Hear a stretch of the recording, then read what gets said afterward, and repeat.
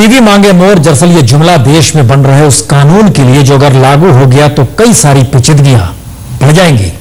महिलाएं कहेंगी नहीं बढ़ेंगी, लेकिन पुरुष कह रहे हैं कि बढ़ जाएंगी। दरअसल हंगामा सड़क पे नजर आया क्योंकि पुरुष विरोध कर रहे थे, महिलाएं खुलकर समर्थन कर रही थी। दरअसल शादी की शर्तों से लेकर तलाक तक तमाम पहलू बेहद पेचीदा हो जाएंगे।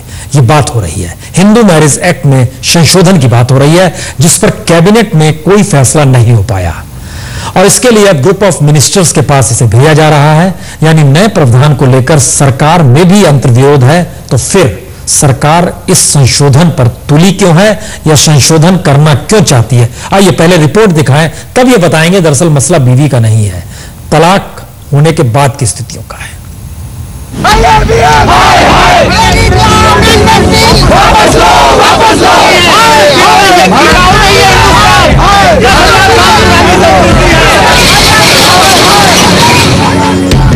प्रधानमंत्री आवास के बाहर यह प्रदर्शन नई बहस को हवा दे रहा है। इस बहस की शुरुआत तो देश के कानून मंत्रालय ने की थी, मगर इस पर आम सहमति सरकार के बीच ही नहीं बन रही।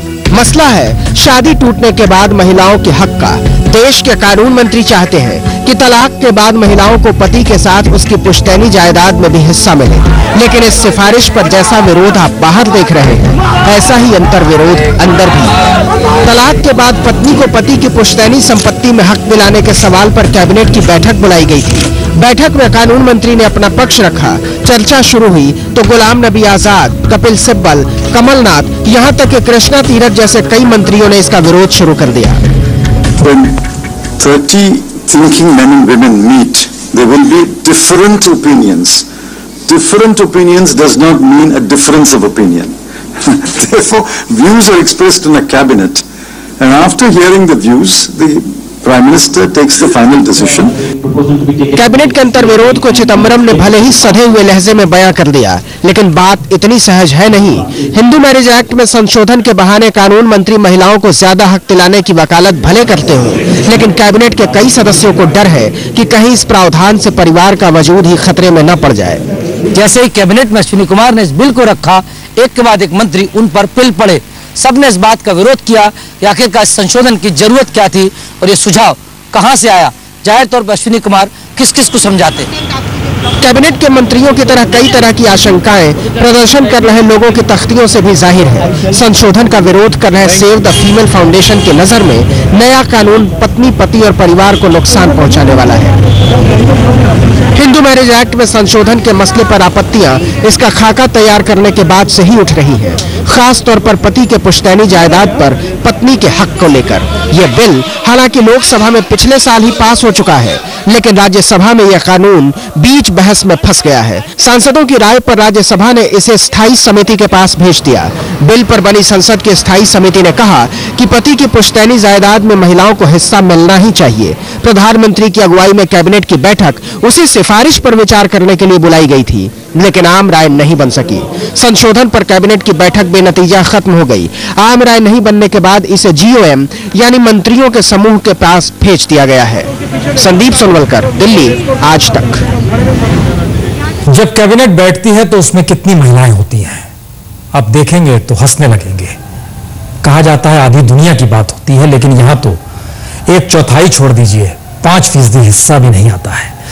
पिछले दिनों दरअसल सुषमा स्वराज ने भी राजनाथ सिंह की तरफ देखते हुए फप्ती कसी थी कि आपने एक भी महिला को अपने संगठन में जगह नहीं दी। इसका मतलब क्या है? दरअसल ये महिला और पुरुष की लड़ाई का मसला है या फिर तलाक के बाद की उन परिस्थितियों का मसला है जिसको लेकर असल खेल होता है कि इस दौर में संपत्ति सबसे महत्वपूर्ण हो गई है। दरअसल ये लोकसभा में संशोधन पास हो चुका है, लेकिन राज्यसभा में अटकने के बाद इस पर विचार के लिए आज इसे कैबिनेट के पास भेजा गया था। सहमति यहां भी नहीं बनी। अब यह बिल मंत्रियों के समूह के पास जाएगा जरूर, लेकिन इससे पहले यह विवाद खड़ा हो गया है कि दरअसल इस कानून के बनने के बाद शादी और परिवार के ढांचे को नुकसान तो नहीं होगा, क्योंकि बीते 20 बरस में इस देश में सबसे ज्यादा तलाक की स्थितियां बनी और 20 बरस का मतलब आर्थिक इकोनॉमिक रिफॉर्म 20 बरस में आया और तलाक की संख्या इस देश में लगभग 70% बढ़ गई। लेकिन क्या होगा, नुकसान लाभ होगा क्या? जरा रिपोर्ट देखिए। भारत सरकार मुर्दाबाद, भारत सरकार मुर्दाबाद, भारत सरकार मुर्दाबाद, मैरिज लॉ अमेंडमेंट बिल वापस लो, मैरिज लॉ अमेंडमेंट बिल वापस लो। पति पत्नी और दौलत पर ये नया दांव पेच। नए कानून से कितना बनेगा, कितना बिगड़ेगा रिश्ता? नए कानून से क्या चाहती है सरकार? क्या होगा दौलत पर नए दावे का अंजाम? बहस के मुद्दे तमाम हैं, मगर हर सवाल पर जवाब अलग अलग। यही असहमति बनी बिल को लेकर कैबिनेट की बैठक में नतीजा खत्म होने की वजह। सबसे पहले देखिए सरकार का अंतर्विरोध। तलाक के बाद पत्नी को पति के शादी या शादी से पहले अर्जित की गई जायदाद में हिस्सा मिलना चाहिए। इसके साथ पत्नी को पति के पुश्तैनी जायदाद में भी हिस्सा मिलना चाहिए। मंत्रालय के मुताबिक पति के पुश्तैनी जायदाद से उस प्रॉपर्टी को अलग रखा जाए जो शादी से पहले खरीदी गई हो। लेकिन सवाल सिर्फ पुश्तैनी जायदाद की परिभाषा का ही नहीं, कई और पेचीदगियों का भी है। इससे सबसे पहले प्रभावित होगा परिवार का ढांचा, जबकि तलाक का मसला सीधे तौर पर पति पत्नी के बीच का है। जानकारों की दलील के मुताबिक पति पत्नी के विवाद में अगर पुश्तैनी जायदाद कई हिस्सों में बंटता है तो माँ बाप जीते जी अपनी प्रॉपर्टी बच्चों के नाम नहीं करेंगे। नहीं, देखिए, अगर संपत्ति में हक मिलता है तो सबसे बड़ी बात यह है कि हिंसा तो कम होगी, क्योंकि परिवार में बराबर की हक से औरत रहेगी। अभी उसके पास कोई हक नहीं होता है। अगर पति के पास संपत्ति है या पत्नी के पास संपत्ति, जो दोनों को जोड़कर बराबर का हिस्सा बांटा जाए, तो ये अगर इस तरह का कानून बनता है तो इसका स्वागत किया जाना चाहिए। नए प्रावधान का दूसरा खतरा है तलाक की घटनाओं में बढ़ोतरी का। जानकारों की नजर में अब तक आपसी विवाद तलाक की वजह बनते रहे हैं, लेकिन नए कानून के बाद पूरे जायदाद में हिस्सेदारी बड़ी वजह बन सकती है। ऐसी राय सरकार के अंदर ही कई लोगों की है। इसे लेकर विपक्ष के तेवर भी समर्थन में नहीं दिख रहे। इनकी नजर में इस कानून के जरिए सरकार लोगों को असल मुद्दे से भटकाने की कोशिश में है। It will be hugely messy even into property issues, not only divorce messy, but property issues very messy, because then it will start involving the whole family, because inheritance could be coming from generations, and that involves lot of partners. That involves mother, sisters. Bill का विरोध करने वालों की दलील है कि सरकार की मंशा अगर साफ होती तो वो तलाक की शर्तों को और सख्त कर सकती थी। हालात के मुताबिक महिलाओं को मुआवजे की राशि बढ़ाने की सिफारिश कर सकती थी। हिंदू मैरिज एक्ट में अब तक जो प्रावधान थे उसके मुताबिक तलाक के बाद पत्नी को पति की संपत्ति में आधा हिस्सा मिलता है। इसके अलावा गुजर बसर करने के लिए नकद मुआवजे का प्रावधान है। इसमें पुश्तैनी जायदाद को जोड़कर कौन सा समाधान निकालना चाहती है सरकार? जो कानून मंत्रालय इस बिल की वकालत कर रहा है उसे भी पता है कि पुश्तैनी जायदाद पर हक को लेकर अलग कानून है। पिता के बाद पुश्तैनी जायदाद पर बेटे बेटियों का हक होता है। ऐसे में बहुओं की हिस्सेदारी से जायदाद की जंग में एक नया पेच और जुड़ जाएगा। बिल का आखिरी मसौदा तैयार करने से पहले सरकार को इस पहलू को भी नजर में रखना होगा। दिल्ली से संदीप सोनवलकर के साथ आज तक ब्यूरो।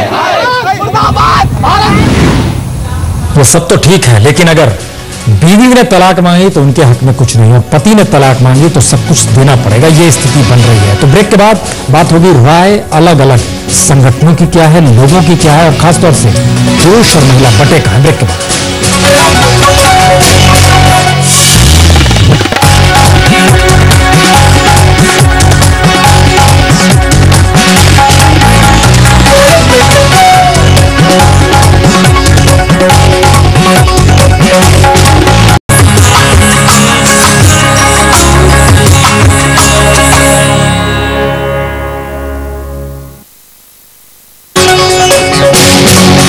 सवाल बीवी मांगे मोर का नहीं है। सवाल यह है कि इस देश की एक बड़ी त्रासदी यह है कि असल में शादियां टूटे नहीं, बंधन बंधे रहें, इसको लेकर कोई काम क्यों नहीं होता है। जिस तरह का जीवन बदला है और तलाक के मामले लगातार बढ़ते जा रहे हैं, उसके पीछे जो स्थितियां हैं उन स्थितियों को ठीक करने की बात क्यों नहीं होती है।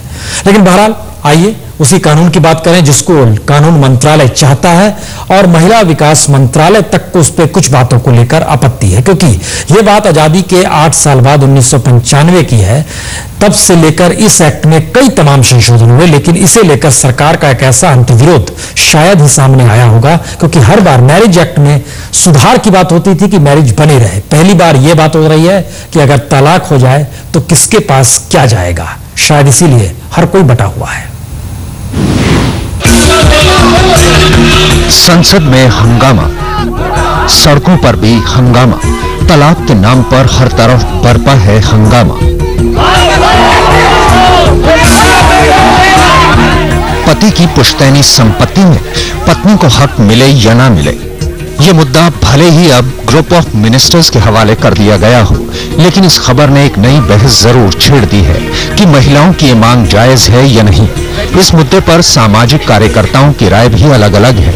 देश की पहली महिला आईपीएस अधिकारी और अन्ना आंदोलन की प्रमुख कार्यकर्ता किरण बेदी इस मांग को जायज नहीं मानती। Oh no, it will be hugely messy even into property issues, not only divorce messy, but property issues very messy, because then it will start involving the whole family, because inheritance could be coming from generations, and that involves lot of partners. That involves mother, sisters, brothers. Kiran Bedi Hindu marriage amendment bill के खिलाफ है, तो सामाजिक कार्यकर्ता रंजना कुमारी उनकी सोच से इत्तेफाक नहीं रखती। वो इस मुद्दे पर महिलाओं के साथ हैं। अगर संपत्ति में हक मिलता है तो सबसे बड़ी बात यह है कि हिंसा तो कम होगी, क्योंकि परिवार में बराबर की हक से औरत रहेगी।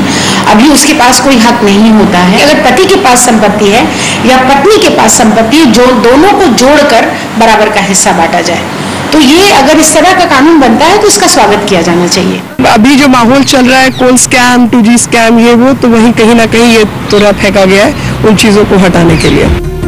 लेकिन जिनके लिए कानून लाने की बात चल रही है, वो आम महिलाएं क्या सोचती हैं इस संशोधन बिल के बारे में, चलिए जानते हैं।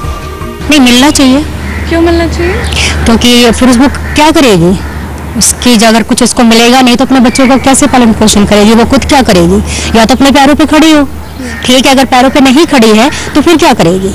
अपने माता पिता पे तो बोझ नहीं बनेगी ना, तो उसको मिलना चाहिए हिस्सा। डाइवर्स के बाद ये औरतों को हिस्सा मिलना चाहिए, क्योंकि वो तो सारा कुछ छोड़ के आती है ससुराल में, फिर डाइवर्स के बाद जाएगी कहाँ?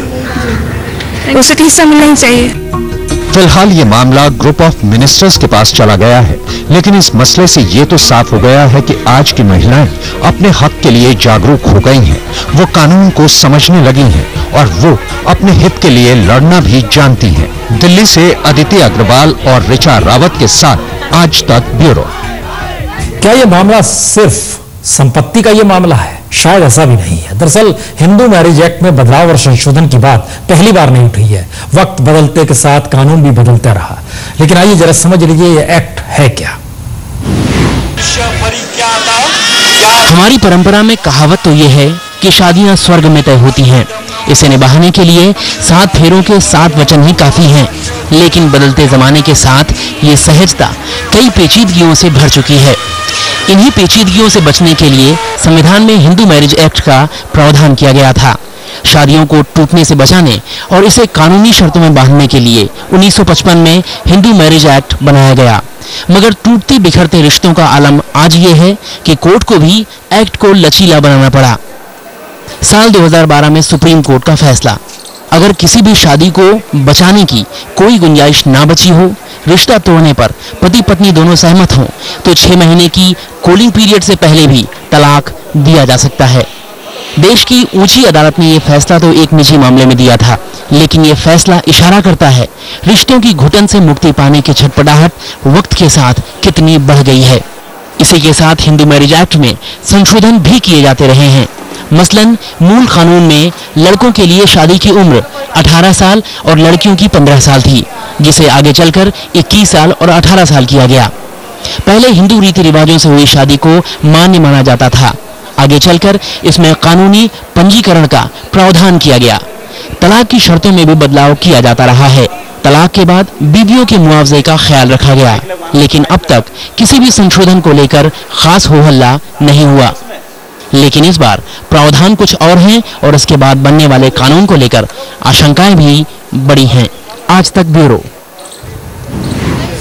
अगर हम आपसे ये कहें कि इस देश में हर साल 2 लाख से ज्यादा तलाक हो जाते हैं तो, और इसके साथ अगर यह भी कहें इस देश में हर साल 2 लाख से ज्यादा बलात्कार हो जाते हैं तो हम क्यों कह रहे हैं? ब्रेक के बाद बताएंगे।